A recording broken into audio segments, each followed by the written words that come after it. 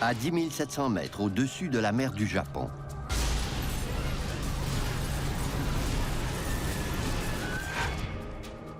Korean Air 007, unreadable, unreadable. We're experiencing rapid decompression. Descent to 10,000. les pilotes perdent la maîtrise de l'appareil. Speed brake is coming out. Un 747 avec 269 personnes à bord s'abîme dans l'océan. En quelques heures à peine, le bruit que les Soviétiques étaient responsables s'est mis à courir à Washington. La rumeur exacerbe les tensions entre les deux éternels rivaux. L'enquête s'empêtre dans les secrets et le mensonge. Les enquêteurs doivent élucider le mystère au plus vite, sans quoi l'écrasement d'un avion de passagers risque de déclencher une guerre totale.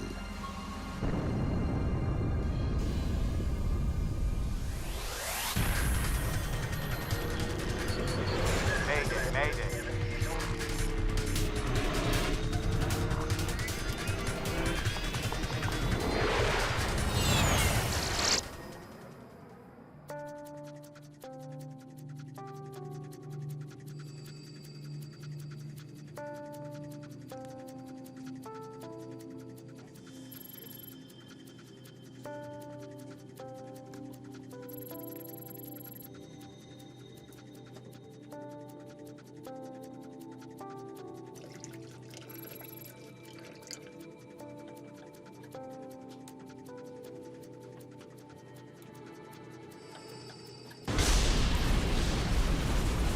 Emergency descent. Put the mask over your nose and adjust the headband. Emergency descent. Emergency descent. Put the mask over your nose and adjust the headband. Emergency descent. Mask over your nose and adjust the headband. Emergency descent. Mask over your nose and adjust the headband. Emergency descent. Mask over your nose and adjust the headband. Emergency descent. Put the mask over your nose and adjust the headband. Emergency descent. Put the mask over your nose and adjust the headband.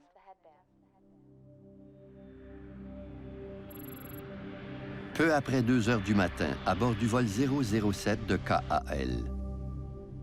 Korean Air 007, position over Nippy, estimating NOCA 1826132.0. Après une brève escale à Anchorage, un 747 de Korean Airlines vole en direction de Séoul. Il a quitté New York 13 heures auparavant. Le commandant de bord, Chung Byung-in, a près de 11 ans d'expérience comme pilote chez Korean Airlines, sans compter ses 10 ans de service au sein des forces aériennes de la Corée. Cette étape du vol prévoit un trajet de 6100 km au-dessus du Pacifique Nord. Une fois que l'avion a atteint son altitude de croisière, les pilotes n'ont pas beaucoup de travail. Ladies and gentlemen, we'll soon be serving breakfast before we land in Kimpo, which will be in about 3 hours.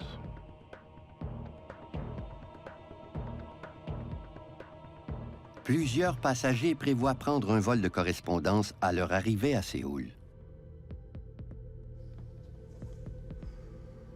Mary Jane Andry déménage au Japon pour prendre un nouveau départ.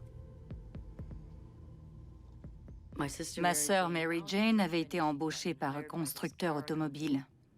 Elle correspondait exactement au type d'employé qu'il recherchait à Tokyo. Elle amorçait une nouvelle étape de sa carrière.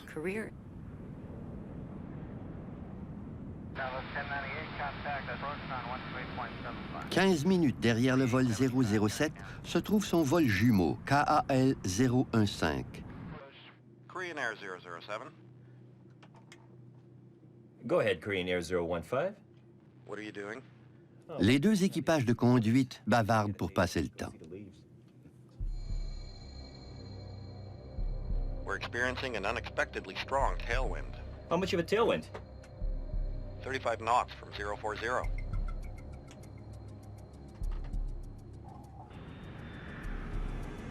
Afin de ménager le carburant, l'équipage décide de prendre de l'altitude.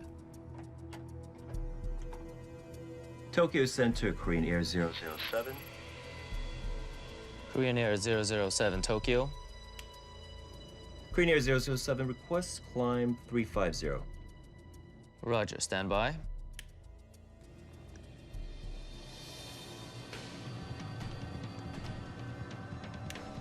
Korean Air 007, climb and maintain flight level 350.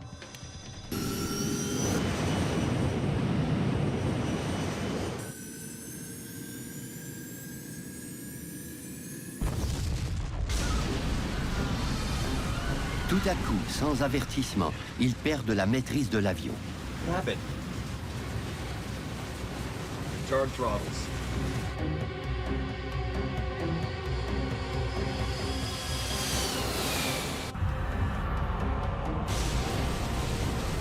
Landing gear. Landing gear. Les pilotes déploient le train d'atterrissage dans l'espoir d'empêcher l'avion de prendre de l'altitude. Altitude is going up. Altitude is going up. Altitude is going up. Speed brake is coming out. I can't descend. This isn't working. This isn't working. Engines are normal, sir. Is it rapid decompression?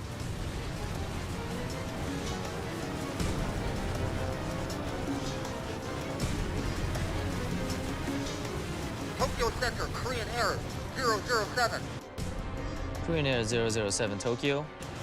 We are experiencing rapid decompression. Descend to 10,000. Korean Air 007, unreadable, unreadable. Radio check on 10048. Stand by, stand by, stand by. Headband. Emergency descent. Korean Air 007, Tokyo.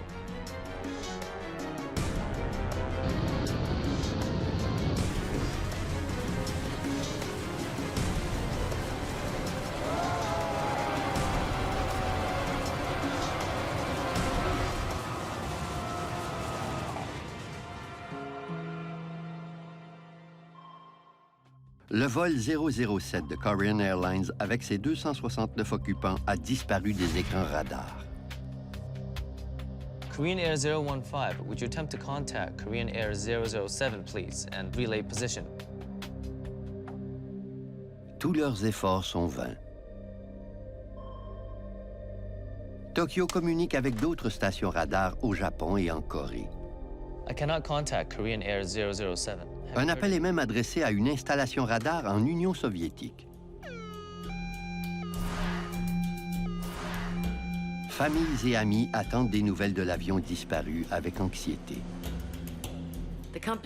L'entreprise qui avait embauché Mary Jane a téléphoné pour dire que son avion n'avait toujours pas atterri et qu'il était peut-être arrivé malheur. Mais à ce moment-là, on n'en savait pas plus. Les hypothèses les plus plausibles étaient l'atterrissage forcé ou l'écrasement. Mais en quelques heures à peine, le bruit que les Soviétiques étaient responsables s'est mis à courir à Washington. Tandis que le monde entier est impatient d'en savoir davantage, l'armée américaine fait une terrible découverte. Les communications soviétiques sont épiées par les Américains dans un centre d'écoute ultra secret. Tout porte à croire que l'impensable s'est produit. Au moment de la disparition de l'avion, des soldats américains entendent ce qu'ils croient être une mission d'entraînement de routine des Soviétiques. При нарушении государственной границы приблизиться к цели и уничтожить. Il semble impossible que les Soviétiques aient abattu un avion de passagers. Pourtant, les autorités américaines en sont convaincues. Le lendemain matin, le secrétaire d'État George Shultz fait une déclaration étonnamment incendiaire. The United States reacts with revulsion to this attack. Loss of life appears to be heavy. We can see no excuse whatsoever for this appalling act. Ce n'était pas possible. Comment pouvaient-ils être tous morts? Que voulez-vous dire? Il y avait certainement une raison. En 1983, la guerre froide bat son plein. La Russie et la majeure partie de l'Europe de l'Est partagent la même idéologie communiste. Gouvernée d'une main de fer, l'Union soviétique livre une lutte politique acharnée contre l'Ouest. Les relations étaient conflictuelles, mais personne ne savait à quel point elles étaient dangereusement tendues. Les autorités soviétiques commencent par nier toute implication dans la tragédie aérienne. La version de Moscou consistait à dire que l'avion avait été intercepté par leur radar, mais qu'il s'était sauvé malgré leur tentative de l'arrêter. Mais rapidement, les Soviétiques se rétractent et passent aux aveux. Un chasseur à réaction a bel et bien abattu l'avion. Mais ils prétendent que leur geste était tout à fait justifié. Selon les Soviétiques, l'avion était en mission d'espionnage et il transportait peut-être des instruments, des caméras, des enregistreurs. L'Union soviétique prétend que le vol 007 a pénétré dans leur espace aérien réglementé sous les ordres du gouvernement américain. Mais aux États-Unis, on répète que le vol KAL-007 était un vol de passagers habituel. Ce conflit aggrave les tensions politiques. Le spectre de la guerre nucléaire se profile à l'horizon. Une enquête indépendante est requise au plus vite. L'ONU fait appel à l'Organisation de l'aviation civile internationale, ou l'OACI. L'OACI mène des enquêtes impartiales. Ces équipes sont capables de travailler en toute neutralité avec les deux parties impliquées. Kai Forstel fait partie de l'équipe internationale d'enquêteurs chargée de faire la lumière sur la tragédie du vol 007. En présence de deux superpuissances qui s'affrontent, la pression est forte pour trouver des réponses sans tarder.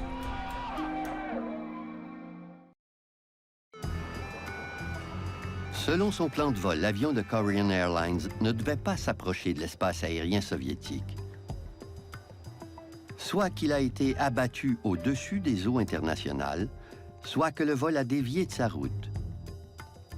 C'est d'abord ce que veulent découvrir les enquêteurs. Mais ils ont un obstacle de taille. Les boîtes noires sont introuvables.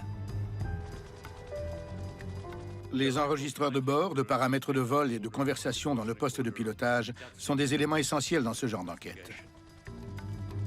Américains, Sud-Coréens et Japonais unissent leurs efforts pour retrouver ces appareils d'une importance cruciale. Mais les trois pays alliés ne sont pas les seuls à s'y intéresser.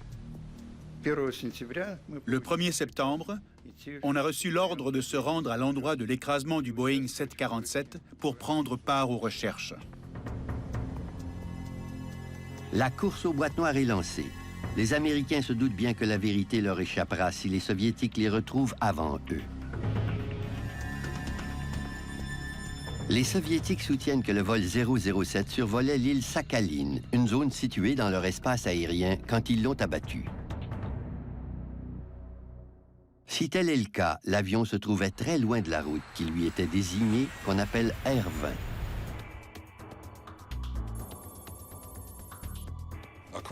Plusieurs routes survolent le Pacifique Nord. La R20 était celle qui passe le plus près de l'espace aérien soviétique. On la surnommait la route rouge 1. Il fallait, ou plutôt, il aurait fallu prendre davantage de précautions en empruntant cette route. The coordinates they were reporting, put them on course. Le contrôleur aérien de Tokyo, responsable du vol 007, raconte aux enquêteurs que tout semblait se dérouler normalement. Korean Air 007, position over Nippy, estimating NOCA 1826132.0. Les pilotes ont bien dit qu'ils étaient sur la route R20. Mais comme c'est le cas pour tous les avions qui survolent le Pacifique, le vol 007 n'était pas dans la portée radar de Tokyo. Le contrôleur devait se fier uniquement au dire des pilotes, qui pouvaient se tromper quant à leur position. Cette hypothèse tend à se confirmer lorsque les enquêteurs s'entretiennent avec l'équipage du vol de Korean Airlines, qui se trouvait quelques minutes derrière le vol 007.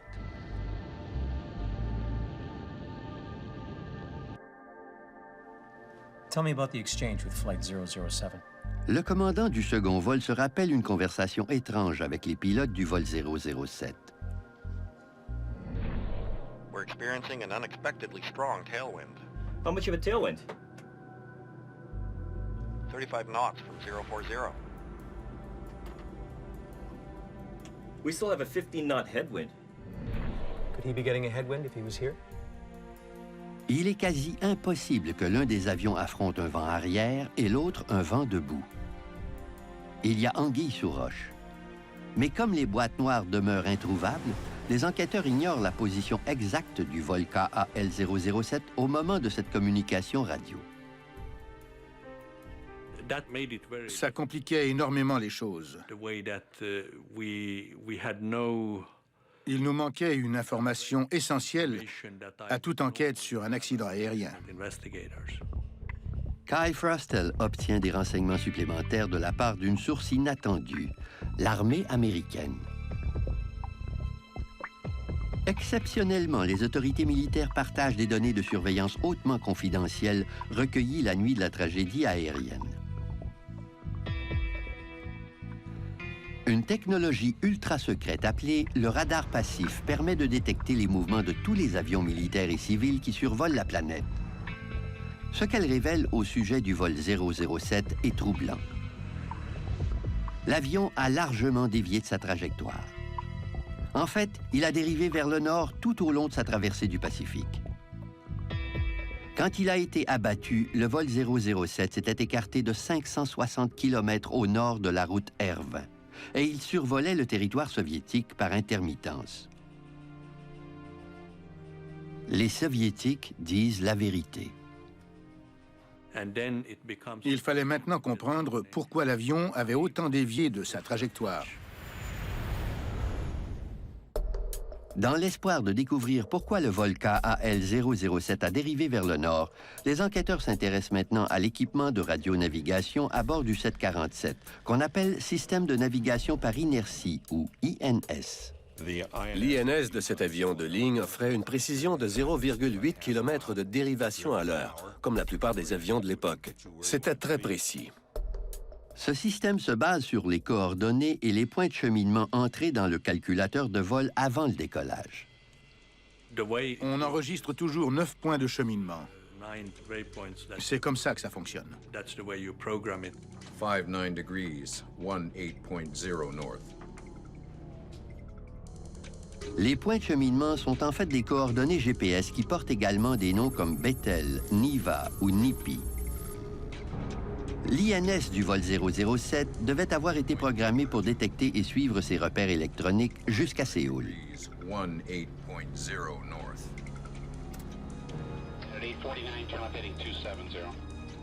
Le plan de vol a-t-il été modifié à la dernière minute?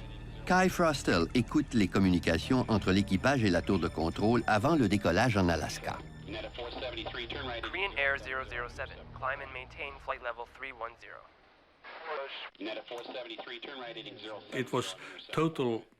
C'était la routine habituelle du début à la fin. Il ne s'est rien passé d'exceptionnel, pas plus sur la piste qu'au décollage. Après avoir quitté Anchorage, le 747 a survolé l'océan Pacifique comme prévu. Mais il n'a jamais rejoint le premier point de cheminement. Et il a plutôt dévié de sa route pendant plus de 5 heures. L'espoir d'en découvrir la cause s'amenuise. Les recherches pour retrouver les boîtes noires se poursuivent pendant 10 semaines en vain. L'opération est finalement abandonnée. L'épave de l'avion était introuvable et sa position inconnue.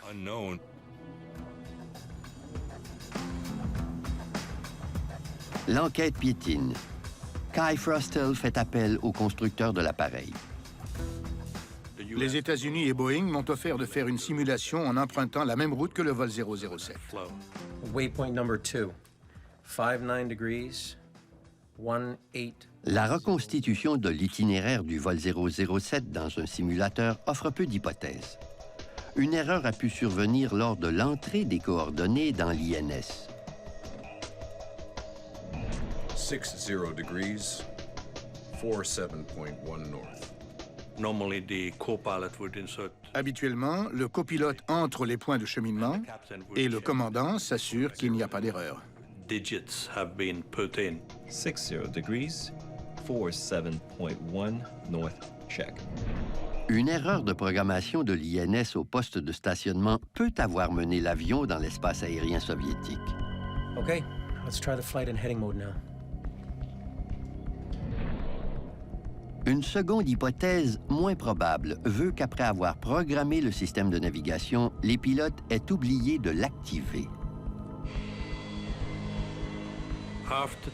En quittant Anchorage, l'avion aurait dû se fier au cap magnétique pour gagner sa route. Selon la procédure normale, en tout début de vol, les pilotes se servent d'un compas magnétique pour mettre le cap sur la bonne direction. Peu après le décollage, ils doivent activer le système de navigation qui les dirigera vers leur premier point de cheminement. Si le pilote automatique est resté en mode de tenue de cap, l'avion s'est dirigé tout droit dans l'espace aérien soviétique. En se fiant uniquement au cap magnétique, l'avion aurait volé dans la bonne direction tout en empruntant une route bien différente de celle prévue. Si les pilotes ont bel et bien oublié d'activer le pilote automatique en mode INS, ils ont commis une erreur monumentale. À cette étape-ci de l'enquête, Kai Frostel ne peut que spéculer sur la cause de la déviation du vol 007. Mais une autre question est encore plus troublante. Pourquoi les Soviétiques auraient-ils risqué de déclencher une guerre en abattant l'avion? Les Soviétiques ont posé un geste démesuré pour punir l'intrus. C'est comme tirer sur le camelot devant votre maison parce que vous craignez qu'il soit venu pour vous cambrioler.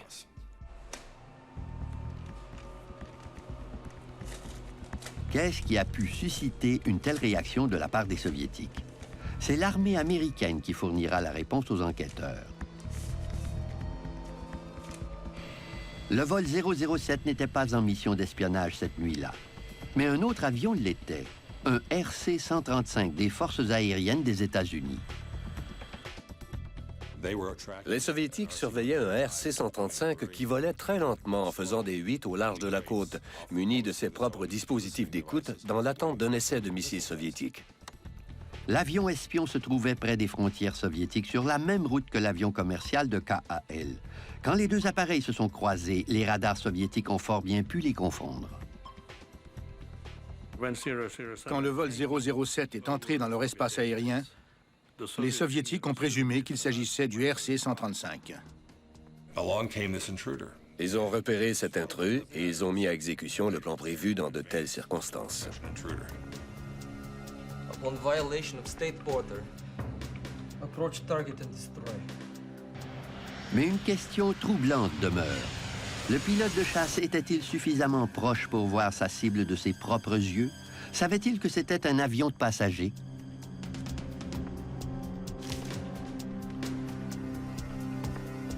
La demande d'entretien avec le pilote de chasse Gennady Osipovitch est refusée. Pour le moment, le mystère reste entier. En décembre 1983, moins de 4 mois après la tragédie, l'OACI dévoile les conclusions de son enquête.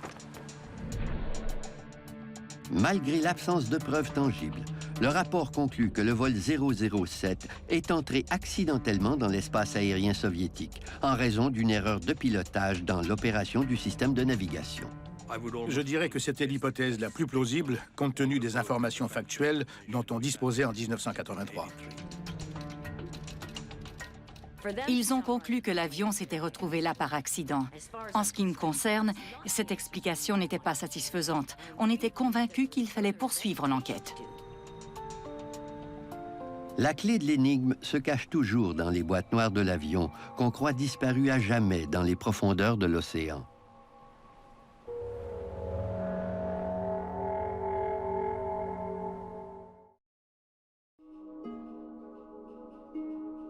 L'OACI clôt son enquête sans savoir où a sombré l'épave de l'avion de Korean Airlines. Mais certains le savent.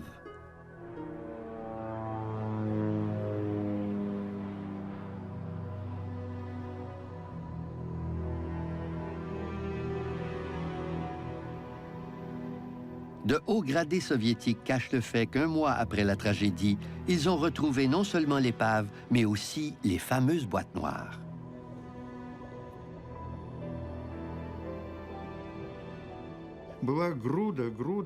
C'était un amas de débris. Ils ont fouillé dedans à main nue jusqu'à ce qu'ils trouvent les boîtes noires. Il y en avait 2.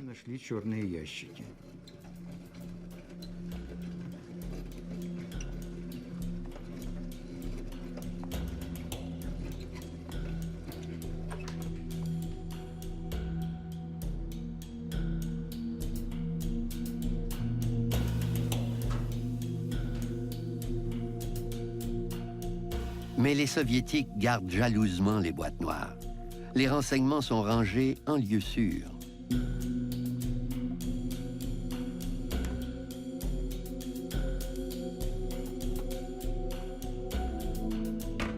Pendant 10 ans.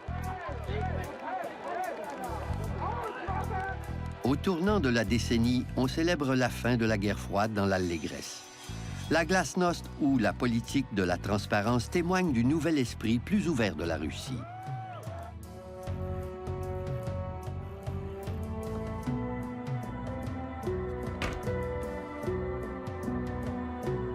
Impatient de rompre avec le passé, le nouveau gouvernement de Moscou décide d'exposer la vérité. Le dévoilement des boîtes noires était une surprise totale.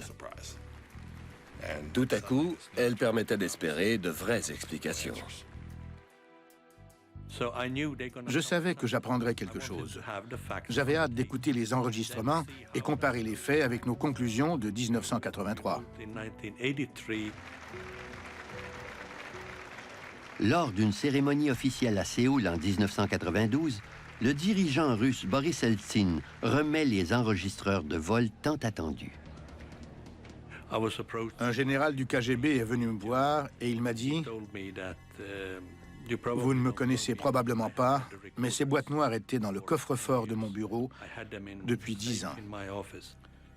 Je savais que c'était un secret international important et ça m'ennuyait énormément. Chaque matin, en arrivant au travail, je regardais mon coffre-fort en sachant que les boîtes noires s'y trouvaient. » Il a ajouté que j'allais peut-être être surpris, mais que c'était le plus beau jour de sa vie.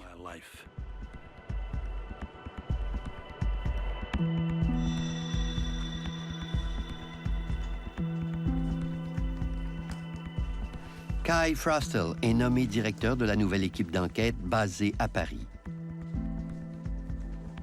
Et preuve que les temps ont bien changé, Vladimir Kaufman, un expert russe en électrique aéronautique, joint les rangs de l'équipe.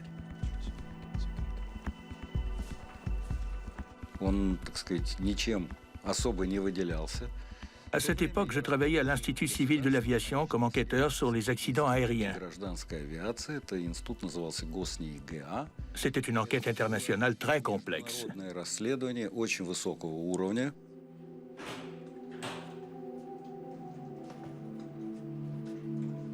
La première étape consiste à vérifier l'authenticité des boîtes noires. Une grande méfiance régnait. On craignait que les Russes ou les Soviétiques aient trafiqué les enregistrements ou qu'ils les aient fabriqués, tout simplement. Il fallait établir leur authenticité hors de tout doute.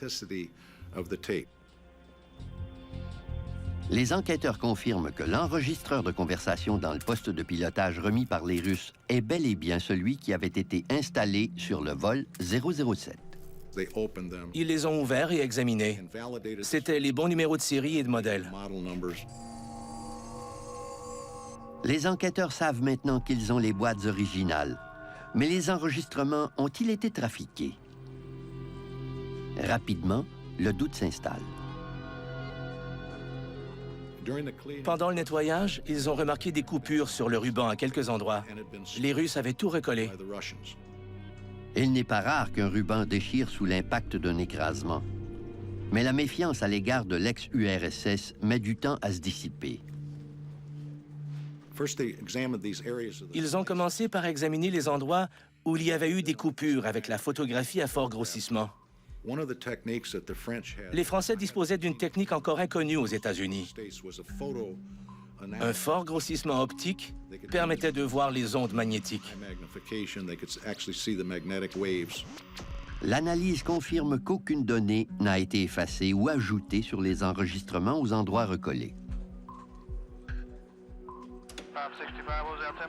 Les enquêteurs peuvent enfin écouter les enregistrements en sachant que chacun des mots est authentique. What? It's already time for breakfast. What do you know? Let's eat later. Mais ils n'entendent que des conversations futiles entre les membres de l'équipage. I heard there's a currency exchange at the airport. What kind of money? Dollars to Korean money. It's in the domestic building. Back to 010, intercept 4 right, American 737. Absolument rien ne laisse croire qu'il s'agit d'une mission d'espionnage. C'était une conversation tout à fait banale. Soit que les gars étaient d'excellents acteurs, soit qu'ils n'avaient pas la moindre idée de leur position. Malheureusement, je crois qu'ils n'en savaient rien. 59 degrees, 18.0 north.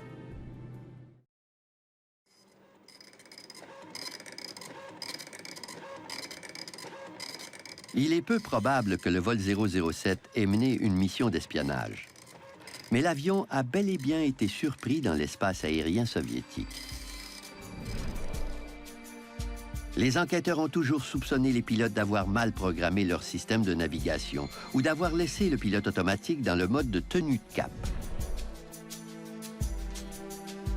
L'enregistreur de données de vol leur a fourni enfin une réponse sans équivoque. Il a révélé que l'appareil était resté en mode de tenue du cap magnétique de son départ d'Anchorage jusqu'à la toute fin. C'est ce qui explique leur importante déviation. Now passing 500. Les pilotes du vol 007 n'ont jamais activé le système de navigation des points de cheminement. L'INS n'était pas défectueux. Il avait été correctement programmé et la route prévue était la bonne. Mais le pilote automatique n'a pas suivi les directives de l'INS parce qu'il est resté en mode compas. So it's only telling them where they're supposed to be. Les enquêteurs apprennent que même si l'avion suivait le cap magnétique au lieu des points de cheminement, l'ordinateur continuait d'afficher les points de cheminement prévus, même si l'appareil en était bien loin.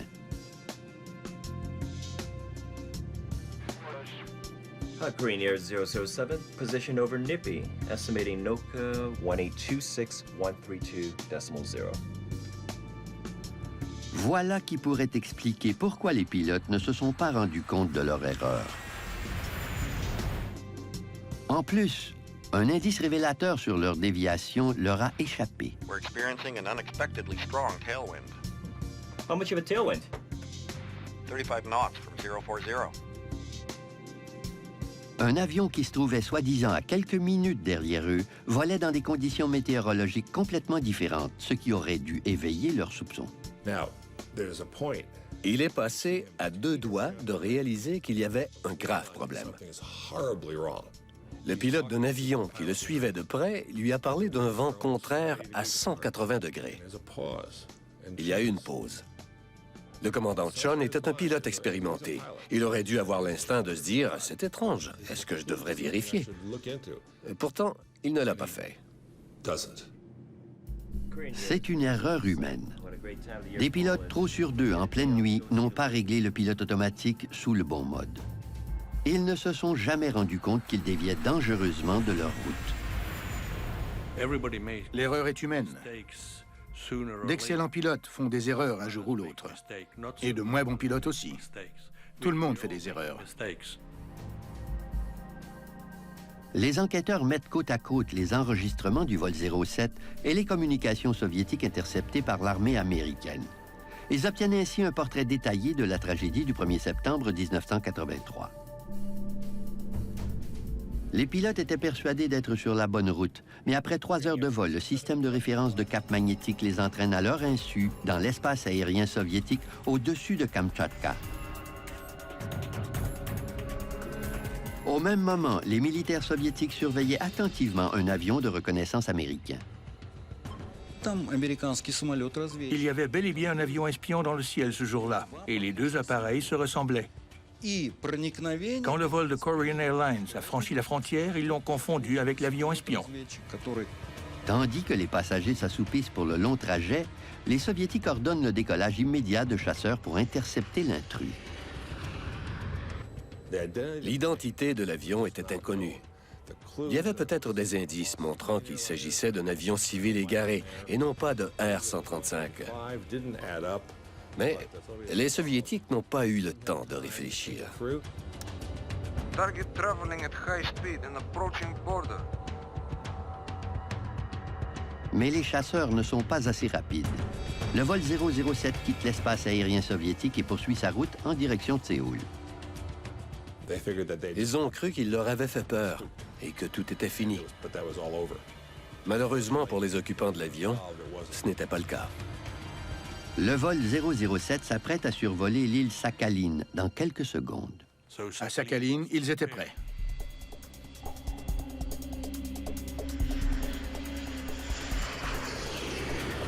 Le vol KAL-007 pénètre dans l'espace aérien soviétique pour une deuxième fois. Ladies and gentlemen, we'll soon be serving breakfast before we land in Kimpo, which will be in about 3 hours. Target traveling at high speed and approaching border. Target is on your heading. I can see it both visually and on the screen. Le major Gennady Osipovitch, le pilote de chasse en tête du convoi, établit le contact visuel avec le vol 007. Give warning burst with cannon. Mais l'avertissement passe inaperçu.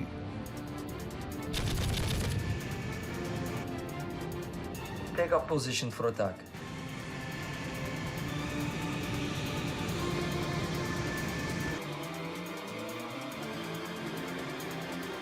Approach target and destroy. Roger, locked on already.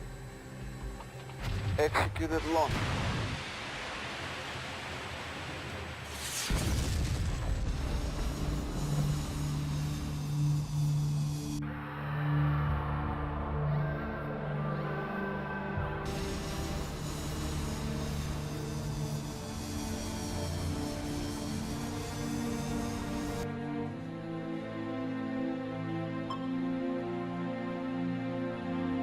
Target is destroyed. Le pilote du chasseur croyait que le 747 était un avion espion ennemi. 10 ans après avoir abattu le vol KAL-007, le pilote raconte enfin sa version des faits.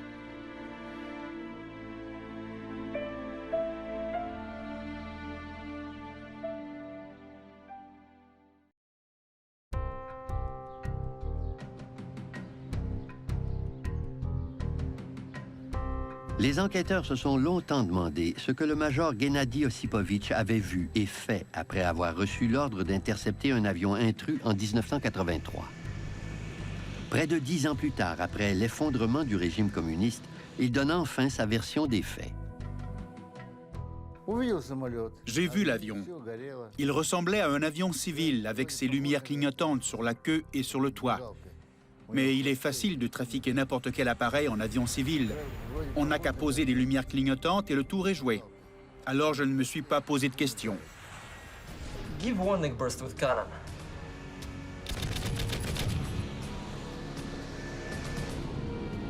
Habituellement, les tirs d'avertissement s'accompagnent de traceuses qui laissent derrière elles un sillage lumineux. Or, le major Osipovitch n'avait pas de traceuse dans son canon. Ils étaient censés avoir des traceuses, mais ils n'en avaient pas reçu depuis 6 mois.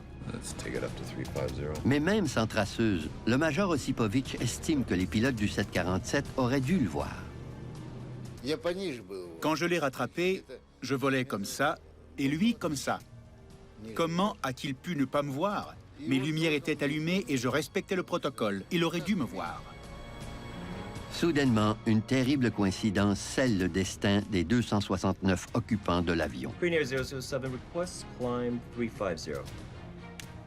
Korean Air 007, climb and maintain flight level 350. Comme une voiture qui monte une colline, un avion qui prend de l'altitude ralentit. Mais aux yeux du pilote de chasse qui suit le 747, il s'agit d'une manœuvre évasive. Il a ralenti. Si je ne le dépassais pas, j'allais décrocher. C'est là que j'ai compris que c'était un avion ennemi. C'est ce qui l'a convaincu que ce n'était pas un avion civil et qu'il était en danger. Je pensais seulement à l'arrêter. On nous entraîne à réagir de cette façon. Je me suis placé derrière lui, un peu plus bas, et j'ai fait un virage sur l'aile à la manière d'un serpent. Je l'ai laissé me distancer légèrement, sans quoi mes missiles ne se seraient pas verrouillés. Il avait très peu de temps parce que l'avion s'approchait des eaux internationales. Take up position for attack. Roger, locked on already. Executed launch. Le major Osipovitch tire 2 missiles air-air. Il voyage à 2000 km/h en direction de l'avion commercial. L'un d'eux explose près de la queue. Il endommage des commandes essentielles et des conduites hydrauliques. Il fait également un trou dans le fuselage, ce qui cause une décompression rapide dans la cabine. J'ai vu la première explosion directement sous la queue. Les voyants signalant la présence de l'intrus se sont éteints et je suis rentré à la maison. Emergency descent. Put the mask over your nose and adjust the headband. Emergency descent. Put the mask over your nose and adjust the headband. Le temps écoulé entre le début de la décompression et l'écrasement nous laisse croire que le trou dans le fuselage mesurait environ 0,16 mètres carrés. Les pilotes réussissent à piloter l'avion accidenté pendant plusieurs longues minutes. Immédiatement après l'impact du missile, l'avion a atteint le niveau de vol 380 pour ensuite perdre de l'altitude à raison de 1500 mètres par minute. Tandis que l'avion en détresse plonge vers la mer du Japon, la plupart de ses occupants sont encore conscients.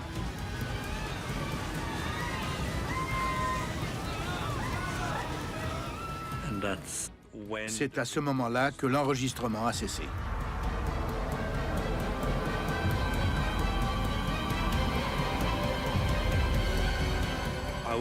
On en a conclu que la cellule de l'avion s'était probablement désagrégée à ce moment-là.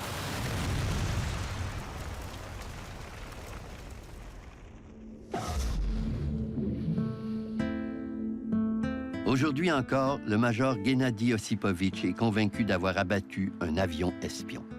Il ne m'aurait jamais donné l'ordre d'abattre un avion civil ou un avion cargo. Seulement un intrus.